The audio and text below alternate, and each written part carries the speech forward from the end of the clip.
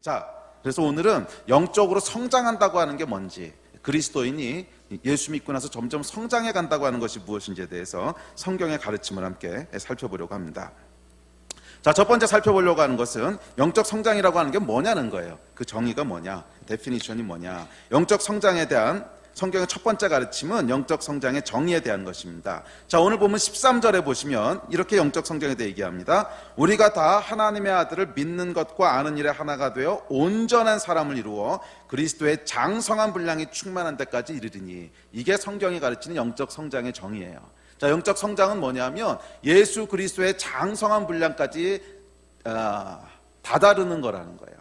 그러니까 다시 말해서 예수 그리스도를 닮아가는 거라는 거예요. 이게 영적 성장의 목표입니다. 그래서 모든 그리스도인은 우리 신앙생활에 분명한 목표를 가지고 있는데, 이 목표는 뭐예요? 예수님을 닮아가는 거라는 거예요. 아멘.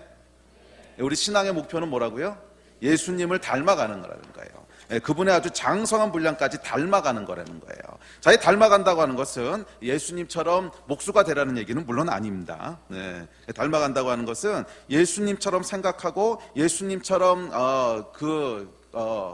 그러니까 예수님과 같은 가치관을 가지고, 그러니까 가치관이라고 하는 게 뭐예요? 어떤 걸 중요하게 생각하고 어떤 게 덜 중요하게 생각하고 뭐 이런 거를 닮아간다는 거예요. 그래서 성품도 예수님을 닮아가고, 하는 일도 예수님을 닮아가고, 생각하는 것도 예수님을 닮아가고, 범사에 예수님을 닮아가는 거예요.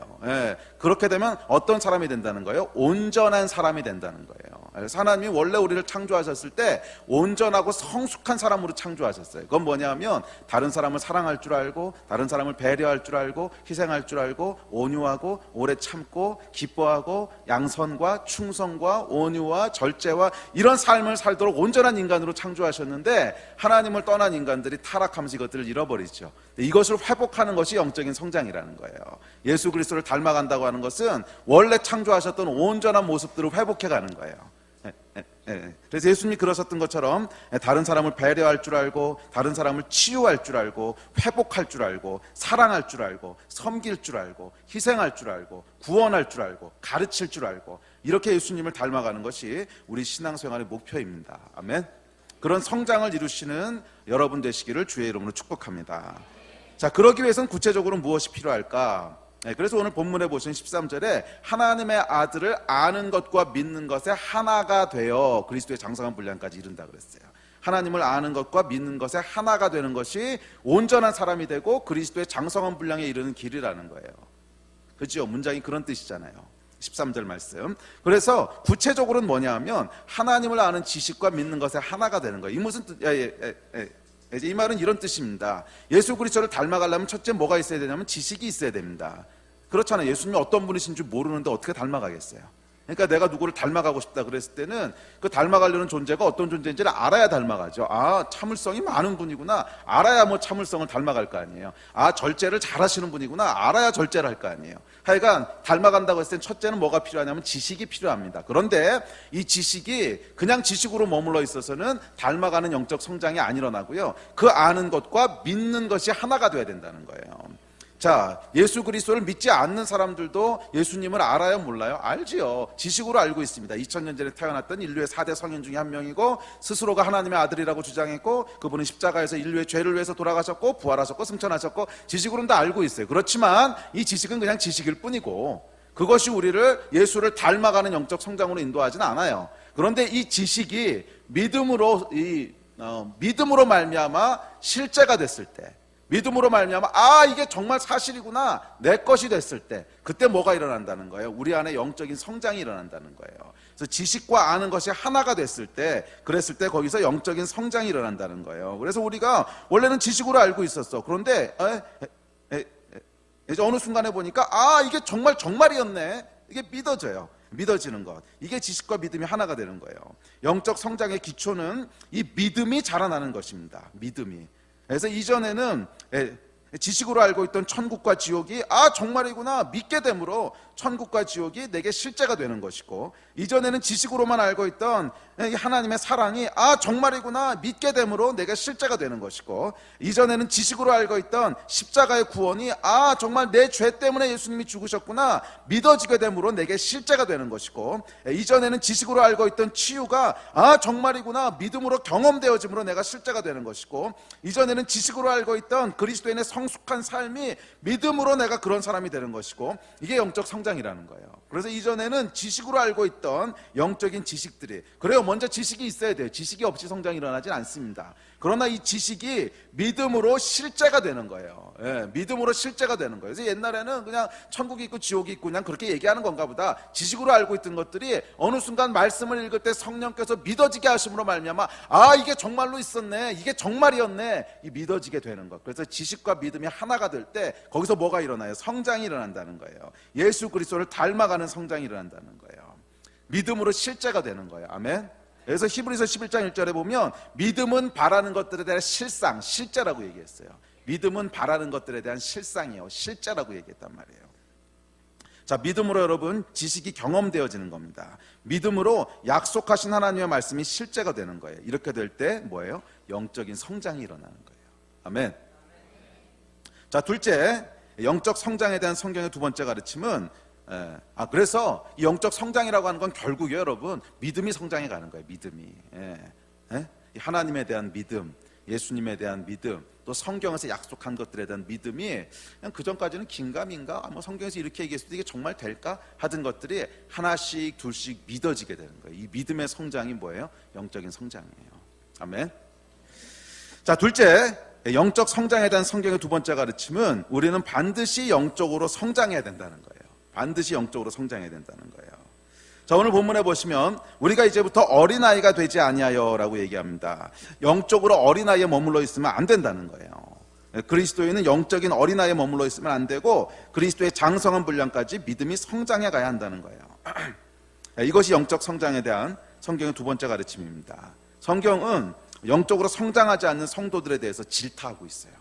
히브리서에 보면 이렇게 얘기합니다. 5장 12절에 보면 때가 오래되었으므로 너희가 마땅히 선생이 되었을 터인데 너희가 다시 하나님의 말씀의 초보에 대하여 누구에게서 가르침을 받아야 할 처지이니 단단한 음식은 못 먹고 젖이나 먹어야 할 자가 되었도다. 이는 젖을 먹는 자마다 어린아이니 의의 말씀을 경험하지 못한 자요 단단한 음식은 장성한 자의 것이니 그들은 지각을 사용함으로 연단을 받아 선악을 분별하는 자들이니라. 자, 여기 보면 여러분 젖을 먹는 자는 어린아이라 그랬고 왜 어린아이냐면 의의 말씀을 경험하지 못한 자라는 거예요. 자, 이게 뭐예요? 믿음으로 실제로 하나님을 경험하는, 약속이 실제가 되는 걸 경험하지 못한 사람을 뭐라 그러는 거예요? 의의 말씀을 경험하지 못한 자요. 이는 젖을 먹는 어린아이니 의의 말씀을 경험하지 못한 자요.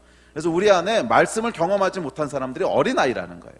지식이 아무리 많아도 어린아이라는 거예요. 자, 그런데 이런 어린아이를 질타하고 있어요. 너희가 벌써 때가 오래되었으므로, 너희가 벌써 교회 다닌 지가 얼만데 5년 10년을 다녔는데 아직도 젖을 먹고 있느냐 이 얘기잖아요. 네가 벌써 다른 사람을 가르치고 이끌어주는 리더가 됐어야 되는데 아직도 젖을 먹고 있느냐 질타하고 있어요. 성경은 뭐예요? 우리가 영적으로 성장하라고 얘기하고 있다는 거예요. 성장하지 않으면 안 된다는 거예요. 성장하지 않으면 안 된다는 거예요. 여러분, 우리가 신앙생활 할 때 반드시 기억해야 될 아주 너무너무 중요한 법칙이 하나 있는데 저는 이것을 자전거의 법칙이라고 불러요. 자전거의 법칙. 자전거 법칙 여러분 뭔지 아세요? 자전거 타보신 분들, 아니 어릴 때 이렇게 4발 자전거 말고요, 이게 바퀴 2개 있는 바이스클이라고 하죠. 바퀴 2개 있는 자전거 타보신 분들은 아시겠지만 자전거는 여러분 달려야만 똑바로 서 있을 수 있습니다. 달리지 않고 자전거를 가만히 타고서 안 넘어지고 서 있을 수 있는 분, 물론 뭐 서커스 하는 분들은 가끔 하긴 하지만 이게 정상적인 게 아니죠.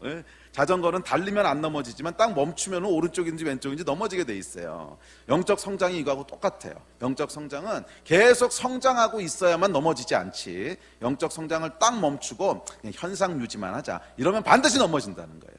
이게 제가 이제 부르는 자전거의 법칙입니다. 영적 성장은 계속 달리고 있으면 안 넘어지지, 그냥 현상 유지해야지 그러고 잠깐 멈추고 있으면 반드시 넘어진다는 거예요. 그래서 여러분, 신앙에는 현상 유지라는 게 없어요. 자, 여러분, 영적 성장뿐만 아니라 육체 성장도 마찬가지인 거 아십니까? 아이가 응애 하고 태어나면 어떻게 됩니까? 성장을 하죠. 처음에는 목도 못 가누고 누워서 울기만 하던 녀석이 이제 몇 개월 지나게 되면 뒤집기를 하죠. 와, 신기하죠. 아이들 키워보신 분들 아시죠? 갑자기 애가 뒤집는 거야. 그러더니 뭐를 시작하죠? 기는 걸 시작하죠. 기는 걸.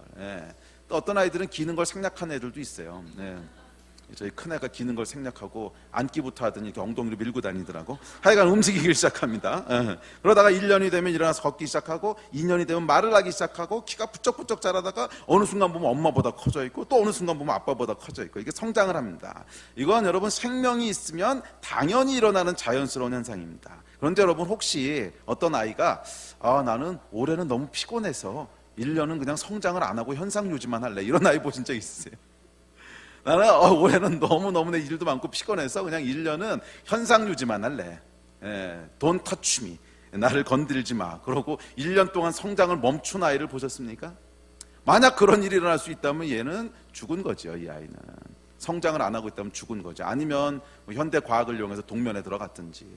그러니까 이게 죽은 거지 생명이 있는 게 아니라는 거예요. 영적으로도 마찬가지입니다. 우리 믿음에는 여러분 현상 유지라는 게 없어요. 많은 분들이 착각하는 게 이건데, 그냥 믿음을 현상 유지할 수 있다고 생각해요. 올해는 바쁘니까 그냥 앞으로 전진하는 거 잠깐 쉬고, 그냥 현상 유지만 하자. 신앙 까먹지만 말자. 이건 여러분 가능한 게 아니라는 거예요. 아이가 1년만 쉬고 성장을 멈추자. 그럼 걔는 죽은 거듯이 신앙도 똑같아요. 똑같아요. 그래서 우리 앞에는 두 가지 선택만 있을 뿐인데, 그것은 영적으로 성장하든지 아니면 영적으로 죽든지, 둘 중 하나예요.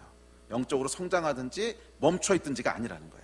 영적으로 성장하든지 아니면 침체해서 죽든지, 둘 중 하나라는 거예요. 제 목회 경험을 놓고 제가 장담할 수 있어요. 단언할 수 있는데, 1년만 영적 성장을 멈춰보십시오. 분명히 여러분은 썬데이 크리스천이 되어 있습니다. 제가 이거는 예언할 수 있어요. 제 목회 경험을 놓고 장담하건대 3년만 영적 성장을 멈춰보십시오. 제가 장담할 수 있는데 여러분 주일날 등산 다니고 있습니다. 이거 분명해요. 이거. 분명해요. 신앙 다 까먹고 주일날 등산 다니기 시작할 겁니다. 우리는 필사적으로 영적 성장을 해야 돼요. 오늘보다는 내일이, 내일보다는 모레가 더 예수님을 닮아가야 돼요. 올해보다는 내년이, 내년보다는 5년 뒤가 더 예수님을 닮아가야 돼요. 이 성장이 일어나지 않으면 우리는 그냥 멈춰서 현상 유지라는 게 아니고 죽는다는 거예요. 이건 제가 경험해봐서 알아요. 제가 그 전에 제가 간증할 때도 몇 번 나눴지만, 제가 대학교 4학년이 됐을 때, 대학교 1학년 때 제가 예수님을 믿었습니다. 그리고 3년 동안은 매년 성장을 했어요. 매년 성장을 했는데 4학년이 딱 되는 순간, 졸업하고 나서 이제 미래를 대비해야겠다는 이 두려움이 확 오는 거예요. 그래서 제가 신앙을 양보하겠다는 생각은 정말 한 번도 안 해봤어요. 한 번도. 배교 이런 생각은 한 번도 안 해보고, 현상 유지만 하자. 현상 유지만. 그러니까 올해는 돌격 앞으로는 하지 말고, 더 벌리진 말고 현상 유지만. 그 현상 유지만 하자는 게 여러분 한 3년 지나고 나서 보니까 썬데이 크리스천이 돼 있더라고. 제가 얼마나 영적으로 몇 년을 헤매고 다녔는지 이건 제가 경험해봐서 알아요. 신앙에 여러분 절대로 현상 유지라는 건 없어요. 앞으로 가든지 죽든지 둘 중 하나예요. 또 왜 그런지는 제가 마지막에 설명을 드릴게요. 이게 전쟁이기 때문에 그래요. 전쟁에는 여러분 현상 유지라는 게 없습니다. 있잖아요. 적군한테 피곤한데 잠깐만 쉬자. 그러면 쉬나? 전쟁에 그런 게 어디 있어. 전쟁은 앞으로 나가서 이기든지 아니면 지는 거지. 오늘은 피곤하니까 오늘은 그냥 전쟁하지 말자. 그런다고 적군이 동의해 주냐고. 이게 영적인 건 전쟁이기 때문에요. 현상 유지라는 게 가능하지가 않아요. 그냥 계속 앞으로 가든지 아니면 죽든지 둘 중 하나라는 거예요. 아멘. 중립지대가 없다라는 거예요. 자, 우리 옆 사람한테 얘기해 주세요. 영적인 것은 현상 유지가 없습니다.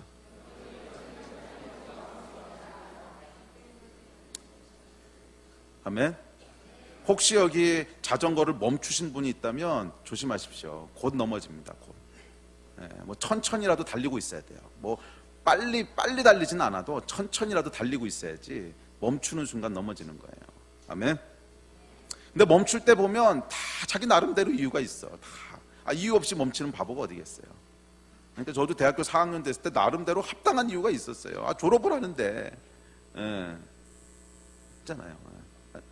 다 합당한 이유가 있어요. 애가 새로 태어났는데 또 직장이 바쁜데 뭐가 어떤데 다 나름대로 이유가 있는데 그럼에도 불구하고 제가 단언하건대 멈추면 반드시 넘어집니다. 반드시 사고쳐요. 천천히라도 계속 달리셔야 돼요. 그런 여러분 되시기를 주의 이름으로 축복합니다. 자, 셋째, 영적 성장에 대한 세 번째 성경의 가르침은 영적 성장을 사모해야 합니다. 원해야 된다는 거예요. 영적 성장에서 중요한 것은 이게 육체의 성장하고 다른 점이기도 한데 육체의 성장은요 원하지 않아도 성장합니다. 그죠? 아이는 그냥 가만히 있어도 태어나면 하여간 성장하는 거예요. 먹기만 하면. 그런데 영적인 성장은 좀 달라요. 원하지 않으면 성장이 안 일어난다는 거예요. 영적인 성장을 원하지 않으면 성장이 안 일어난다는 거예요. 이 아이는 태어나면 말이에요. 1년, 2년 시간이 흐르면 저절로 키가 크고 지혜가 자랍니다. 내가 성장해야지 뭐 이렇게 다짐하고 헌신하고 그런 아이는 없습니다. 그냥 시간이 지나면 저절로 성장하지요. 그래서 많은 사람들이 영적인 성장도 그렇게 이루어진다고 생각해요. 그냥 교회 다니다 보면, 그냥 교회 1년, 2년 출석하다 보면, 그냥 와이프가 가라니까 와이프 따라서 교회 문 1년, 2년 이렇게 들락날락 하다 보는데 1년, 2년 가지고는 조금 모자란데 10년 그렇게 들락날락 하다 보면요 서당계가 됩니다. 서당계가. 서당계 3년이면 뭐 풍어를 눕는다고.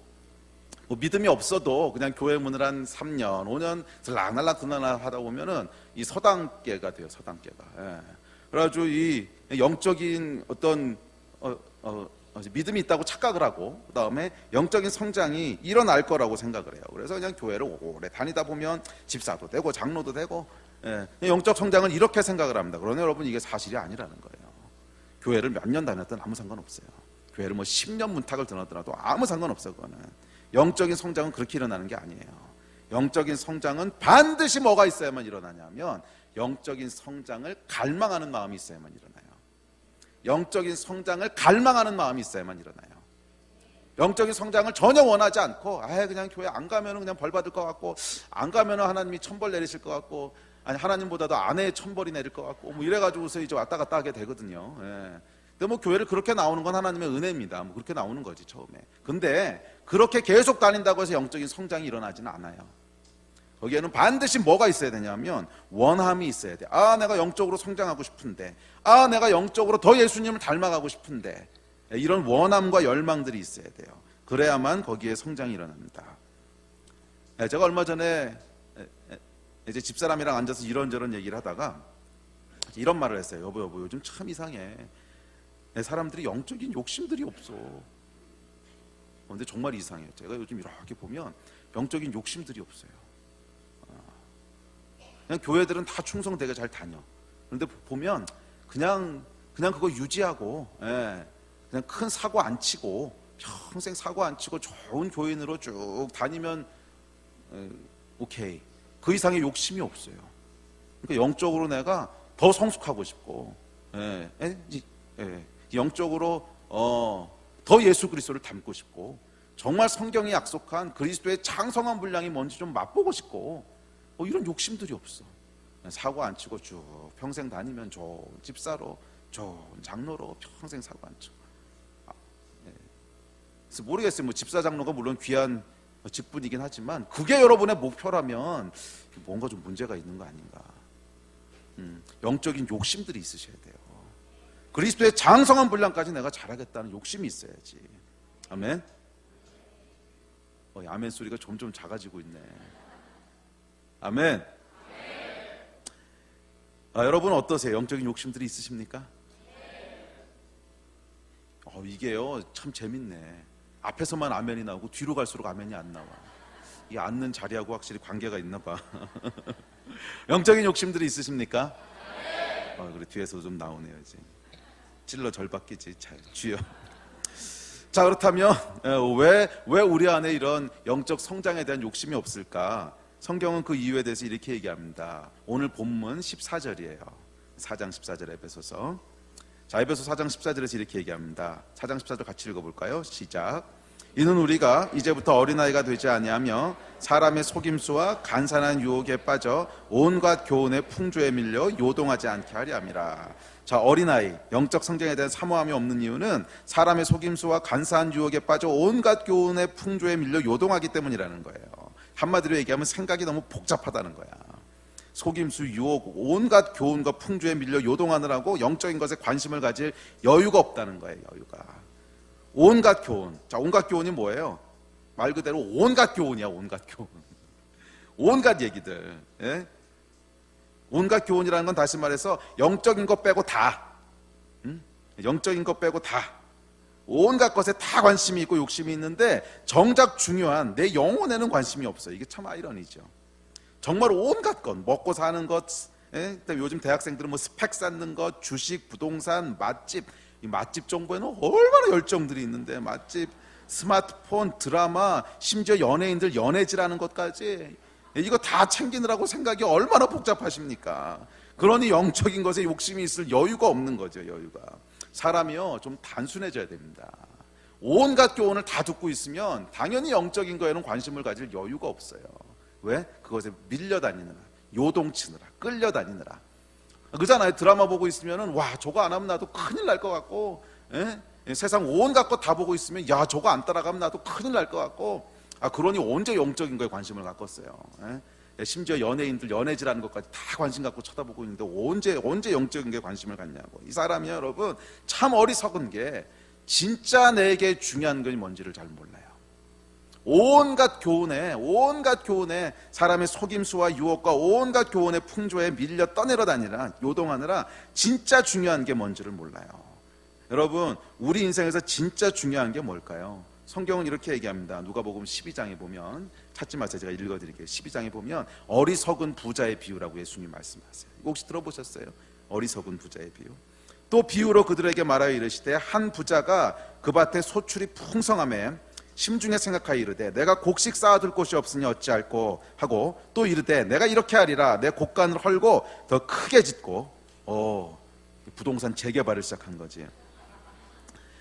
헐고 더 크게 짓고 내 모든 곡식과 물건을 거기 쌓아두리라. 사업을 확장한 거예요.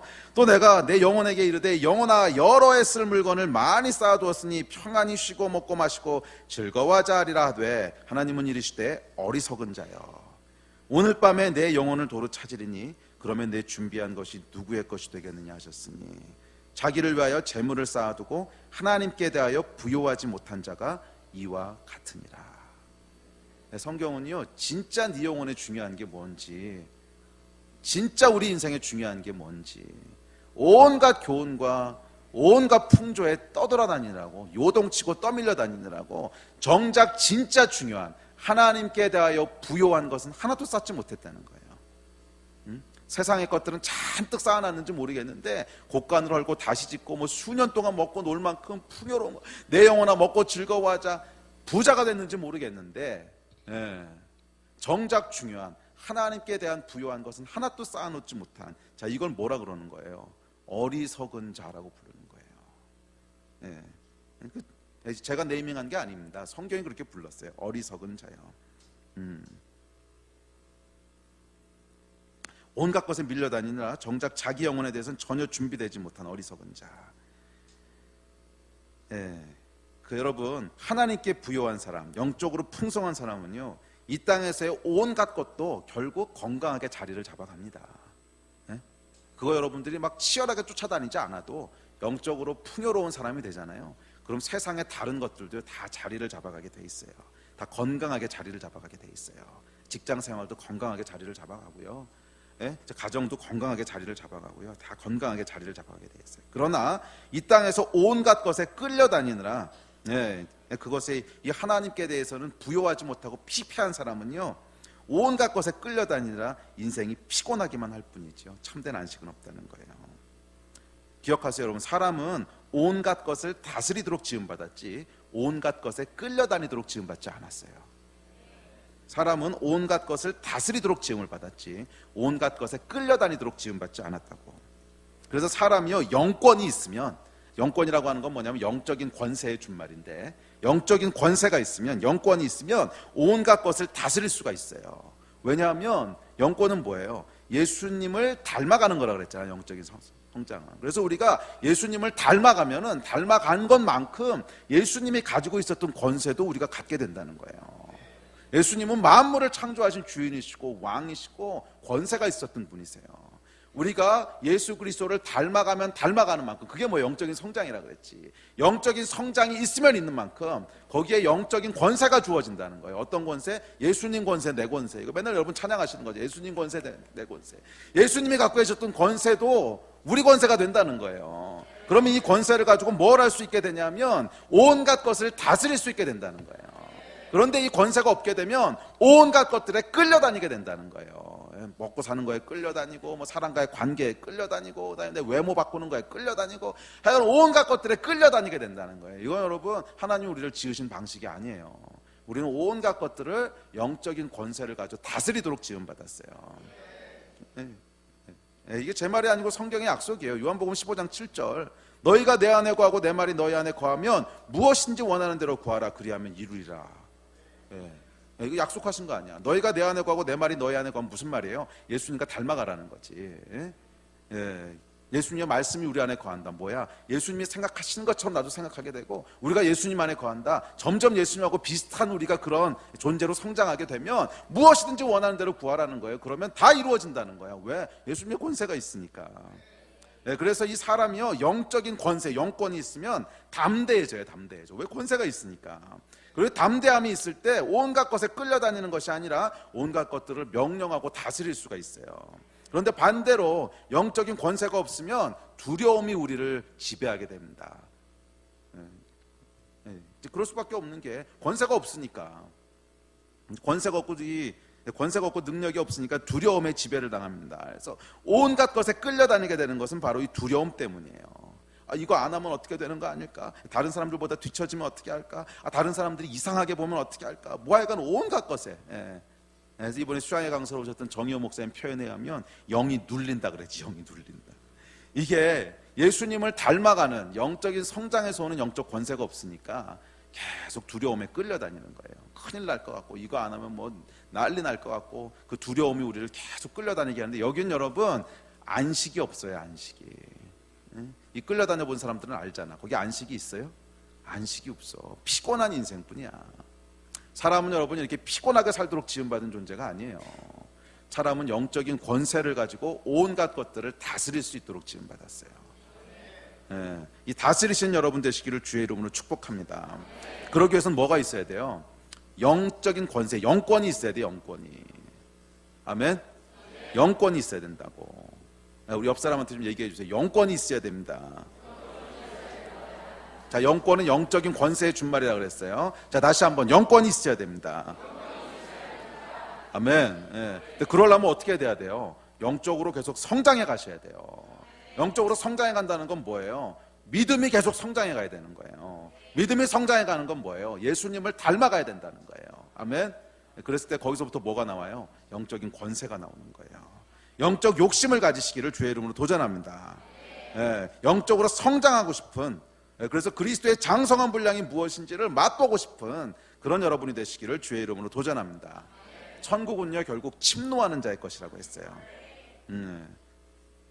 이제 기억하십시오 여러분. 영적 성장은 시간이 지난다고 저절로 이루어지는 게 아니에요. 아무리 오래 기다려도 저절로 이루어지지 않아요. 영적 성장은 그것을 열정적으로 추구하는 사람에게만 주어져요. 영적 성장은 그것을 열정적으로 추구하는 사람에게만 주어져요. 영적으로 성장하신 여러분 되시기를 주의 이름으로 축복합니다. 자, 네 번째, 그렇다면 어떻게 하면 우리에게는 영권이 생기는가? 다시 말해서 어떻게 하면 영적으로 성장할 수 있는가?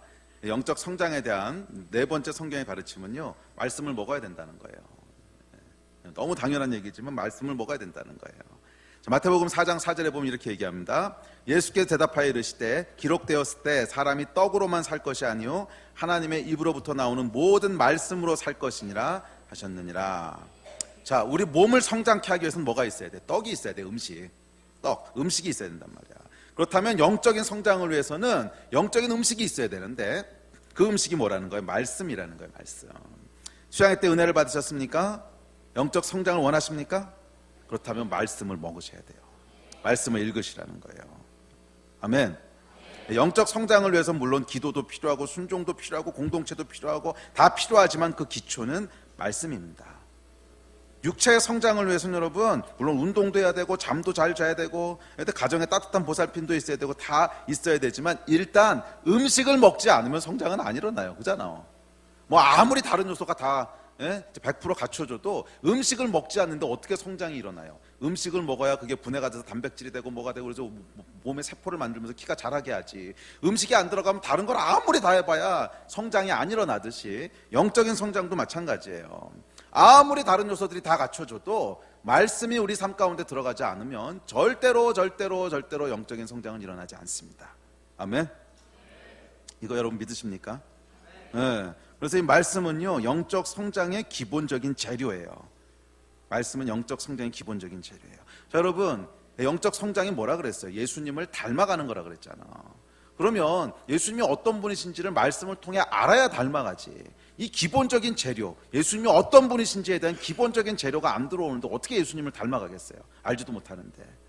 그래서 영적 성장을 위해서는 첫째 하나님의 말씀이 우리 안에 많이 들어와야 돼요. 많이.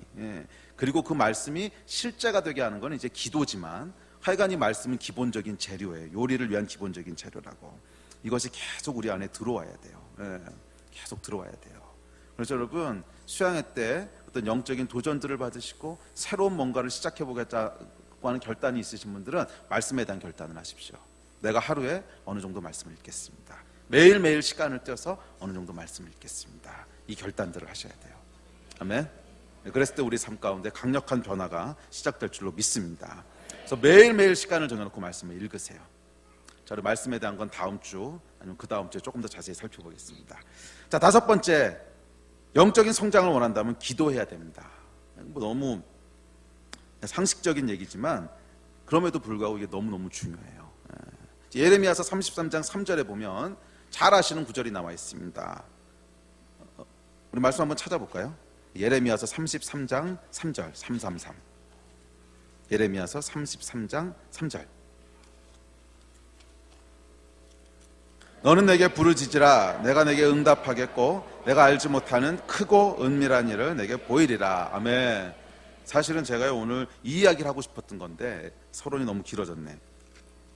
자, 뭐 하라는 거예요? 너는 내게 부르짖으라는 거예요. 부르짖으라는 거예요. 자, 여러분 이 말씀이 어떤 상황 속에서 주어진 건지 아십니까? 1절을 한번 보세요. 1절에 보면 이렇게 나와 있습니다. 자, 우리 함께 읽을까요? 시작. 예레미야가 아직 시위대 뜰에 갇혀 있을 때 여호와의 말씀이 그에게 두 번째로 임하니라 이르시되로 나오죠. 이 예레미야가 예언을 하다 감옥에 갇혔어요. 근데 하나님의 말씀을 선포하다 감옥에 갇혔는데 이 배경을 보면 이 바벨론이 쳐들어왔는데 이제 이스라엘이 이 애굽하고 동맹을 맺고 바벨론이랑 싸우려고 그러는 거야. 근데 예레미야가 말씀을 받았는데 이 전쟁은 못 이기니까 그냥 항복하라는 거예요. 그래서 바벨론 포로로 끌려가서 거기서 잘 정착할 계획 세우라는 거야. 어차피 너희가 이미 심판이 내려졌기 때문에 70년 포로 생활 해야 되는 게 결정됐다는 거야. 이제는 벗어날 수 없다는 거야. 그 예언을 이제 예레미야가 하니까 이 다른 사람들이 듣고 있다 막 그냥 뒤집어지는 거죠. 네가 미쳤냐? 지금 누구 편이냐? 전쟁이 바로 코앞인데 지금 나가 싸워야지 항복하자고 하는 게 말이 되느냐? 그래가지고 이제 이 예언자 예레미야를 옥에다 가두지요. 이게 아마 이제 조금 있으면 죽어야 될 운명에 처한 겁니다. 옥에 가두고 사형시키려고 그러는 거죠.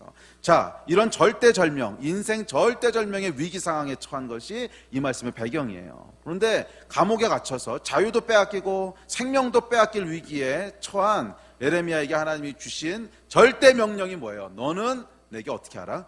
부르짖으라는 거예요. 아멘. 이게 성경이 우리에게 주고 있는 메시지입니다. 너희 인생의 모든 위기의 순간에 너는 내게 부르짖으라는 거예요. 아멘. 예. 부르짖으라는 거 하도 강조했더니 요즘 아멘도 안 나오네. 예. 인생의 모든 위기의 순간에 어떻게 하라는 거예요? 부르짖으라는 거예요. 재정의 위기가 있느냐? 어떻게 하라는 거예요? 부르짖으라는 거예요. 관계의 위기가 있느냐? 어떻게 하라는 거예요? 부르짖으라는 거예요. 가족 가운데 힘든 일이 생겼느냐? 어떻게 하라는 거예요? 부르짖으라는 거야. 질병에 어려움이 있느냐? 어떻게 하라는 거야? 부르짖으라는 거야. 영적으로 침체됐느냐? 어떻게 하라는 거예요? 부르짖으라는 거예요. 마음에 어려움이 있느냐? 우울증이 있느냐? 어떻게 하라는 거야? 부르짖으라는 거야. 아멘. 네, 부르짖으라는 거예요. 부르짖으라는 거예요. 너는 내게 부르짖으라는 거예요. 아멘. 네. 자, 이 부르짖으면 어떻게 하시겠다 약속하십니까? 내가 내게 응답하겠다는 거예요. 할렐루야. 예. 여러분, 이 앞서 얘기했던 영권, 영적인 권세, 온갖 것을 다스릴 수 있는 권세가 어디서부터 나오는 거예요? 기도에서부터 나오는 거예요. 기도에서부터. 너는 내게 부르짖으라. 뭐예요, 여러분? 지금 어떤 상황이 예레미야를 끌고 다니려고 하죠. 감옥에 가둬놓고 죽이려고 하고, 이런 상황 됐다고 생각해봐요. 얼마나 큰 두려움이 우리를 질질 끌고 다닐까. 예? 그 상황에 끌려다니지 않겠어요? 사람들이 와서 협박합니다. 너 예언 다시 해봐. 그럼 분명히 하나님의 말씀은 이건 걸 알지만 다른 거 하고 싶은 유혹들, 이게 얼마나 많겠어요. 두려움이 우리를 질질 끌고 다닌단 말이야. 이 온갖 것에 끌려다니는 상황 가운데 예레미야가 영적인 권세를 가지고 그 상황을 오히려 통치하고 다스리기 시작하는데 이 담대함이 나오죠. 그래서 결국엔 예레미야 말대로 되고, 결국 예레미야는 옥에서 풀려나죠. 왜냐하면 예언한 대로 됐으니까. 이 권세가 어디서부터 나왔어요? 너는 내게 부르짖으라. 여기서부터 나온 거잖아. 우리가 부르짖을 때 상황을 다스릴 수 있는 담대함이 생기는 거예요. 부르짖을 때 상황을 바꿀 수 있는 담대함이 생기는 거야. 그런데 계속 상황에 쫓겨서 밀려서 끌려다니다 보면, 그럼 뭘 안 하게 되는 줄 아세요? 기도 안 하게 돼요. 야, 여러분, 이 기도 생활을 해본 사람만 알아. 끌려다니잖아요. 기도 절대 안 해요. 그러니까 이게 정말 영적인 거야. 상황에 몰려서 끌려다니자. 이게 바쁜 일이 됐든 걱정이 됐든 하여간 뭔가에 막 끌려다니다 보면 그때는 내가 기도 안 하고 있어요. 양심에 손을 얹고 생각해봐. 응? 양심에 손을 얹고 생각해봐. 끌려다녔던 순간들을 한번 돌아봐. 절대 기도 안 했을 거야. 그러니까 여러분, 둘 중 하나 하는 거예요. 사람 기도하고서 담대함으로 살아가든지, 기도 안 하고 두려움에 끌려다니든지, 둘 중 하나 하는 거지. 기도하면서 두려움에 끌려다니는 얘는 없어. 반대로 기도 안 하고 담대히 살아가는 것, 그건 약간 정신병이 있으면 그럴 수도 있지. 기도 안 했는데 근거 없는 자만감 뭐 이런 거 있죠. 그건 파멸로 인도할 뿐이고, 기도 안 하는데 담대하게 다스리는 것도 없어요. 기도하면서 담대하게 다스리면서 가든지, 기도 안 하고 두려움에 끌려다니지, 둘 중 하나지. 이렇게 엇갈린 조합은 없다고. 그러면 여러분 선택이에요. 계속 끌려다닐 건지 아니면 기도할 건지. 아멘. 영적인 권세는 여러분 너무나 당연하게도 기도에서부터 나옵니다. 영적인 권세는 어디서부터 나온다고? 기도에서부터 나와요. 다시, 영적인 권세는 어디서부터 나와요? 기도에서부터 나와요. 감옥에서 죽음을 기다리는 이 어마어마한 두려움의 상황 가운데서도 이것을 극복할 영권이 어디서부터 나왔어요? 기도에서부터 나온 거예요. 너는 내게 부르짖으라. 우리 인생을 끌고 다니는 온갖 것들, 재정에 대한 근심, 자녀에 대한 염려, 질병에 대한 두려움, 취업에 대한 공포, 이 온갖 것들을 다스릴 영권이 어디서부터 나온다고? 기도에서부터 나오는 거예요. 부르짖으라. 성경의 명령이잖아. 부르짖으라. 자, 부르짖을 때 어떡합니까? 내가 내게 응답하겠다는 거예요. 첫째, 응답하시겠다는 거야. 하나님의 약속의 말씀을 실제가 되게 하신다는 거예요. 이것이 기도의 첫 번째 능력입니다. 자, 2절에서 뭐라고 얘기했나 볼까요? 너는 내게 부르짖으라. 그 전에 나는 이런 하나님이야. 그러니까 너는 내게 부르짖어. 그렇게 말씀하시거든요. 어떤 하나님인지 한번 보십시다. 2절입니다. 33장 시작. 이를 행하시는 여호와, 그것을 만들며 성취하시는 여호와, 그의 이름을 여호와라 하는 이가 이와 같이 이르시도다. 우리 하나님 어떤 분이시냐면 이를 행하시는 여호와시고 그것을 만들어 성취하시는 하나님이시라는 거예요. 우리가 부르짖어 기도할 때 일을 행하시는 하나님이시고 성취하여 만들어내신 하나님이시라는 거예요. 아멘. 그러니까 부르짖으라는 거예요. 무슨 말이에요, 여러분? 우리가 부르짖을 때 하나님께서 우리가 부르짖는 내용들을 실체가 되게 하신다는 거예요. 우리가 처음에는 믿음으로 그냥 선포합니다. 그러니까 예를 들어서 예레미야가 감옥에 있어. 그럼 하나님이 감옥에서 저를 건져주실 거예요. 믿습니다. 자, 그럼 여러분, 이 믿습니다 할 때 이 믿음은 아직 실체는 아니지. 그냥 내가 그렇게 됐으면 좋겠다고 하는 원함이지. 그잖아요. 물론 내 안에서는 그것을 100% 믿어서 이건 사실이야 이렇게 믿을 수 있을지 몰라도 하여간 현실이 바뀐 건 아니잖아. 그것은 그냥 믿음의 영역이죠. 그런데 우리가 이 원함을 가지고 부르짖어 기도하면 하나님께서 어떻게 하신다는 거예요? 일을 행하시고 그것을 만들어서 성취하시는, 응답하신다는 거예요. 이게 여러분 영적인 성장이에요. 영적인 성장은 믿음을 경험하면서 일어나는 거예요. 그래서 성경에 보니까 이렇게 나와 있는데 이거 뭐 2000년 전에 있었던 그냥 설화 같은 얘기지. 그런데 어느 순간에 그게 내 삶에서 진짜 경험됐어. 가만히 있어봐. 이게 설화가 아니었잖아. 그러니까 이게 신화가 아니었네. 사실이었네. 경험되면서 영적인 성장이 일어나는 거거든. 그래서 뭐라 그런 거예요? 너는 내게 부르짖으라는 거예요. 그럼 하나님께서 어떤 하나님? 일하신 하나님, 그것을 만들어 성취하신 하나님, 그분이 네가 기도했던 내용들을 실체가 되게 하신다는 거예요. 아멘. 네, 그것을 행하셔서 실체가 되게 하신다는 거예요. 그렇기 때문에 부르짖으라는 거예요. 아멘. 둘째, 부르짖을 때 뭐가 일어나요? 알지 못하는 크고 은밀한 일을 보이신다는 거예요. 알지 못하는 크고 은밀한 일. 자, 크다라는 건 뭐야? 그러니까 우리가 미처 알지 못했던 큰 일. 이게 우리가 올해 초부터 계속 기도해왔던 거잖아. 확장. 그러니까 내가 보는 건 요만큼이었는데 그걸 확 넓혀주신다는 거예요. 근데 내면에 확장이 일어나게 하신다는 거야. 큰 일을 보이시고 은밀한 일을 보이신다는 거예요. 은밀한 건 뭐예요? 내가 알지 못하는 일, 영적인 일이라는 뜻입니다. 이 단어 자체가 영적인 일이라는 뜻이에요. 이 삶은 여러분 눈에 보이는 게 전부가 아니에요. 눈에 보이는 게 전부가 아니고 믿음으로 보는 영적인 영역들이 있어요. 세상은 여러분 세상의 원리에 의해서 돌아가는 것처럼 보이지만 사실은 그 뒤에 역사하신 하나님의 손이 있다는 거예요. 아멘. 이 눈에 보이는 게 전부가 아니라는 거야. 눈에 보이지 않는 영적인 삶들이 있다는 거예요. 이게 보이기 시작한다는 거예요. 이게 보이기 시작한다는 거. 언제? 우리가 부르짖을 때. 그때 우리 영적인 눈이 열리기 시작하고요. 그때 우리 영적인 돌파가 일어나기 시작하고, 그래서 그 전까지는 한 번도 보지 못했던 하나님이 뒤에서 이렇게 역사하고 계신 거구나. 뒤에 이런 게 있었구나. 뒤에서 마귀가 이렇게 역사한 거였네. 성령과 동행했을 때 이런 능력이 나타나네. 이게 보이기 시작한다는 거예요. 아멘. 우리가 이전에 부르짖지 않을 때는, 우리 혼으로 살아갈 때는 전혀 알지도 못하고 보지도 못했던 크고 은밀한 일들이 보이기 시작합니다. 그래서 우리가 부르짖을 때 영적인 눈을 열어서 은밀한 것을 보게 하시는 거예요. 우리는 여러분, 우리가 아는 것, 보는 것, 듣는 것이 전부라고 생각하지만 그렇지 않습니다. 우리가 알지 못하는 크고 은밀한 일들이 있어요.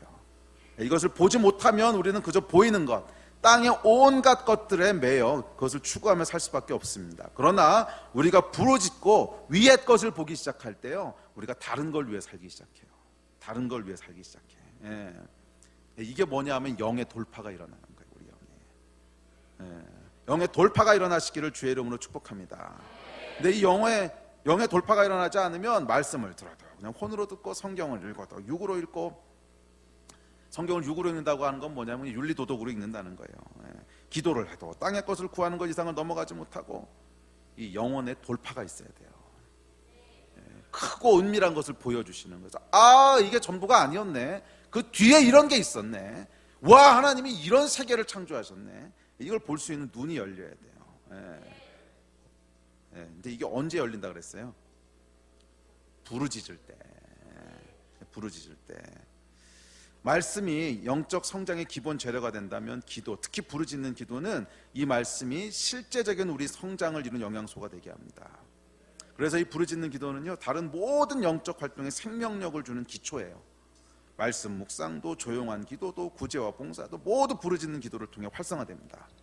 자, 우리가 다음 주부터, 내일부터 하루 3번씩 부르짖어 기도할 거예요. 이 원함과 이 소원이 있는 분들은요, 참여하세요. 그냥 3-4명밖에 아멘을 안 하네. 참여하십시오. 부르짖어 기도할 때요, 우리 영의 눈이 열려야 돼요. 우리 영이요, 액티베이트 돼야 돼요. 액티베이트. 이건 제가 실험해본 임상 결과예요. 성경도 동일하게 얘기하고 있고, 성경은 제가 금요일 날도 나눴지만, 제가 6월 달에 이제 성경 연구를 하면서 창세기부터 계시록까지 돌파가 일어났던 순간만 다 찾아봤어요. 어떤 극적인 변화, 극적인 하나님의 역사, 출애굽이라든지 아니면 엘리야의 했던 불 떨어진 일이라든지, 하여간 돌파가 일어난 부분만 쫙 다 조사를 했는데 내린 결론이 뭐냐면, 모든 사건마다 한 번도 안 빠졌던 게 뭐냐면 부르짖어 기도함이에요. 모든 사건마다 한 번도 안 빠지는 게 부르짖어 기도함.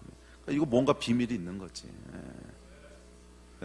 그리고 제가 제 영적인 여정들을 쭉 돌아보니까 부르짖어 기도할 때 어떤 일이 일어나냐면 우리 영이요, 액티베이트 돼요. 그래서 믿음이 생겨요. 말씀을 묵상할 때 그 말씀을 영으로 받아들일 수 있게 돼요. 아멘. 근데 이걸 안 하잖아. 그러면 영이 액티베이트 되지 않으면 졸음이 우리를 액티베이트 시킵니다. 해보신 분들은 알잖아요. 예. 기도하려고 여기 이렇게 나와서 쭉 그러고 있으면요, 제가 장다 먹었는데 5분 내에 깊은 잠으로 들어갈 수 있습니다. 성경을 읽어도 여러분 한 10분만 읽어보세요. 깊은 잠이 여러분들을 예. 그런데 우리가 이 부르짖는 기도를 하고 그 가운데 우리 영이 깨어나잖아요. 그럼 기도가 1시간이 돼도 2시간이 돼도, 말씀을 1시간을 읽어도 2시간을 읽어도 그 안에 정말 부어지는 은혜들이 있어요. 예. 부르짖는 기도에는 비밀이 있습니다. 그래서 저희가 3번씩 하루에 시간을 정해서 3개월만 할 겁니다. 3개월만. 예. 그 전심으로 하나님 앞에 부르짖읍시다. 예. 그래서 하나님께서 어떤 일들을 행하시는지 같이 경험하고 싶지 않으세요? 2015년도에는 표어가 표어로 끝나는 게 아니고 정말 우리 삶의 경험이 좀 돼야 되잖아. 예, 그럼 3달 기도하면 10월 말까지 기도할 텐데, 그러고 하나님께서 어떻게 역사하시는지 보자고요. 아멘. 그래서 하루 3번씩 6시, 2시, 10시 기도하겠습니다. 뭐 3번 다 나오시라는 건 아니고요. 한 번 사인업해서 나오십시오. 그리고 2번 나오실 수 있는 분은 2번 나오면 더 좋고, 3번 하실 수 있는 분은 3번 하시면 더 좋고. 그러니까 기도에 동참하신 여러분 되시기를 주의 이름으로 축복합니다. 자, 마지막 6번째, 영적인 일은요, 함께 하는 겁니다. 자, 히브리서에 보면 이렇게 얘기합니다. 모이기를 패하는 어떤 사람들의 습관과 같이 하지 말고 오직 권하여 그날의 가까움을 볼수록 더욱 그리하자. 성경은요, 한 번도 영적 성장과 돌파를 위해서 굴로 들어가라 이런 적이 없어요. 면벽 수련해라 이런 적이 없어. 성경 찾아보세요.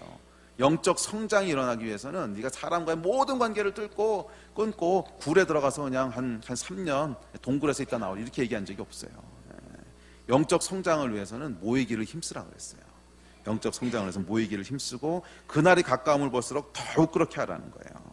참 흥미로운 것은 기도는 가장 개인적인 행위잖아요. 나하고 하나님 사이의 일이지.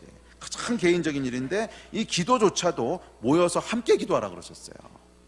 요엘서에 보면 너희는 시온에서 나팔을 불며 거룩한 금식일을 정하고 성회를 소집하라. 백성을 모아 그 모임을 거룩하게 하고 장로들을 모으며 어린아이와 젖 먹는 자를 모으며 신랑을 그 방에서 나오게 하며 신부도 그 신방에서 나오게 하고 여호와를 섬기는 제사장은 낭실과 제단 사이에서 울며 이르기를 여호와여 주의 백성을 불쌍히 여기소서 주의 기업을 욕되게 하여 나라들로 그들을 관할하지 못하게 하옵소서. 어찌하여 이방인으로 그들의 하나님이 어디 있느냐 말하게 하겠나이까 할지어다.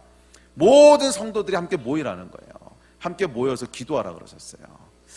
참 아이러니하죠. 가장 개인적인 행위인 기도까지도 모여서 함께 기도하라는 거예요. 거기에 하나님께서 계획해 놓으신 게 있다는 거예요. 그러면 여러분, 영적 성장을 원하신다면 더욱 모이기에 힘쓰십시오. 아, 나는 취향에 의해 큰 은혜를 받았기 때문에 당분간은 셀 모임을 끊고 잠적해서 기도에 전념하겠어. 이런 사람은요, 굉장히 비성경적으로 가신, 그렇게 해서는 영적 성장 안 일어나요. 왜? 성경이 그렇게 하지 말라 그랬거든. 모이기를 패하지 말라 그랬어. 모이기를 왜 패하려 그랬을까? 그래, 그런 사람들 때문에 패하려 그러는 거지. 나는 모이기 잠깐 끊고 혼자 가서 면벽 수련을 좀 하겠어. 이렇게 하지 말라는 거야. 모이기를 패하지 말라는 거야. 더욱 모이기를 힘쓰라는 거예요. 함께 모여서 기도하라는 거예요. 셀 모임에 더욱더 힘쓰시고요. 함께 모여 기도하는 것에 더욱더 힘쓰신 여러분 되시기를 주의 이름으로 축복합니다.